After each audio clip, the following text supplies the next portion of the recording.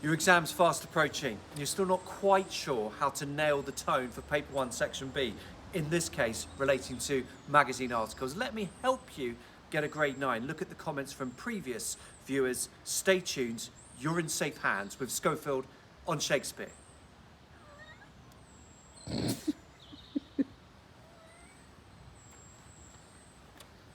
Hiya!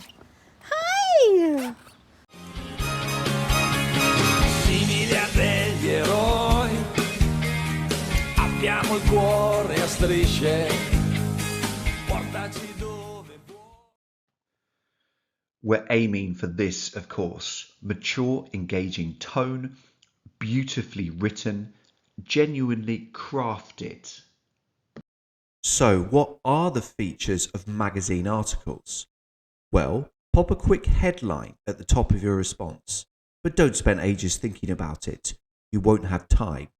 Naff is fine.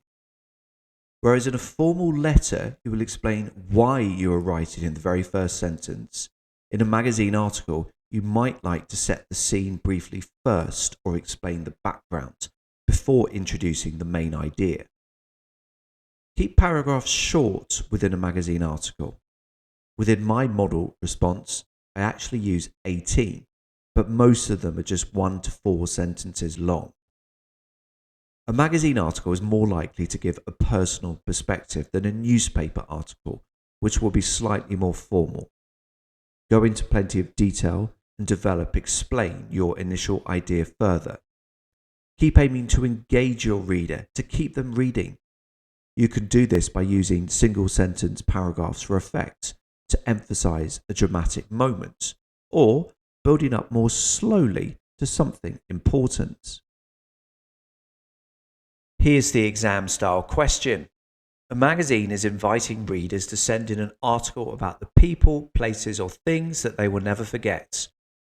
Write the article that you would submit to the magazine. Time to do this yourself. Off you go. Press pause now.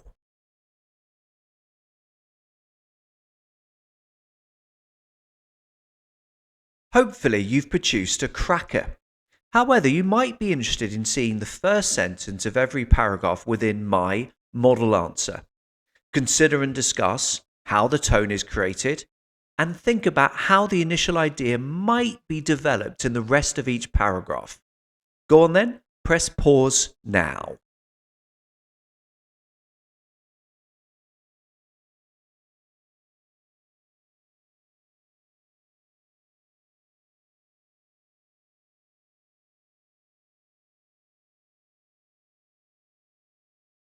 Now let's look at the model response as a whole.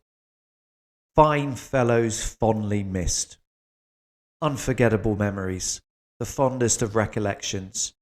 Regular readers of Woman's Own will have encountered many such articles, typically about loved ones passing away.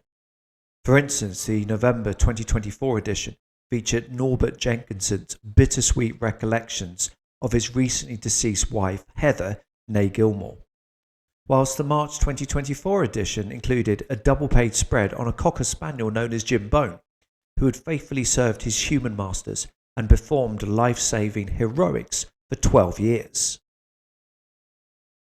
My own personal tribute is of a different nature. Many will view it as unconventional and, to say the least, in poor taste. However, 32 years after their passing, I would like to pay tribute to my collection of cooked sausages. May they be resting in peace. Many Woman's Own readers will empathise with the dilemma that I found myself in one wintry morning in late 1990 in my primary school. Lunch was a crowd favourite, bangers and mash, and one pupil in particular was known to have a penchant for the former. Me. Portions were surprisingly large in primary schools during this period, and the teachers frowned upon any kind of food wastage. Thus, the pupils set up an intricate system in which various food items were redistributed furtively beneath the table. If I recall correctly, Kate Atkinson was the recipient of surplus to requirement lashes of bacon. Farty Freeman received extra Brussels sprouts, whilst I was given the sausages. Except this morning, they kept on coming. Now, I can scoff sausages with the best of them. In my prime, age 11 3/4, I could put away 6 or 7 sausages without any difficulties at all.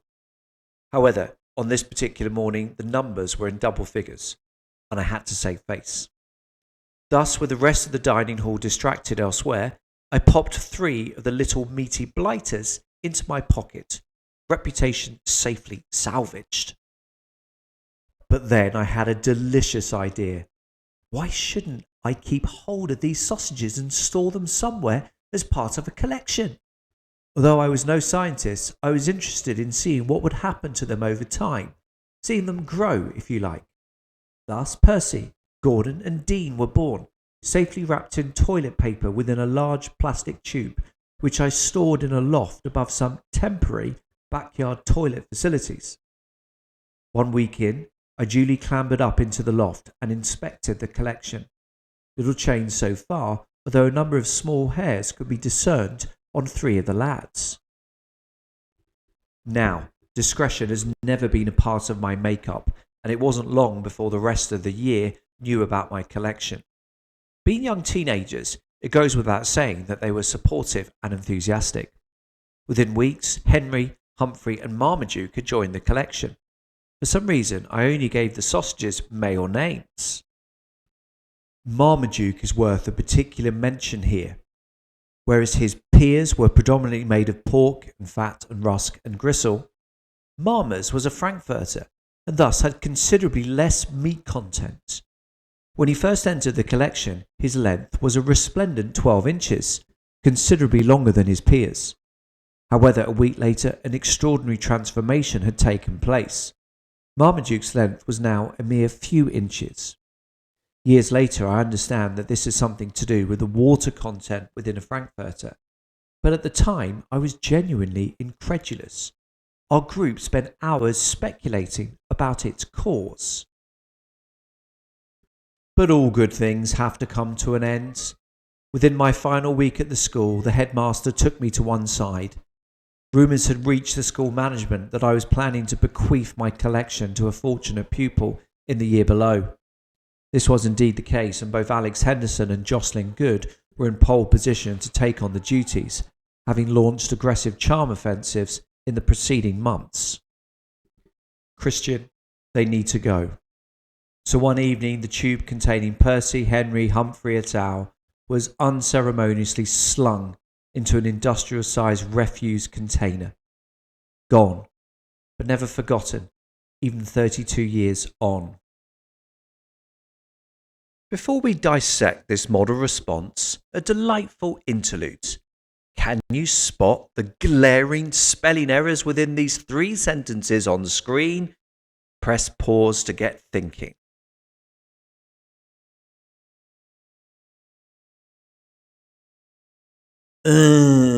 I've been a wally by mixing up empathise, EMPATHISE,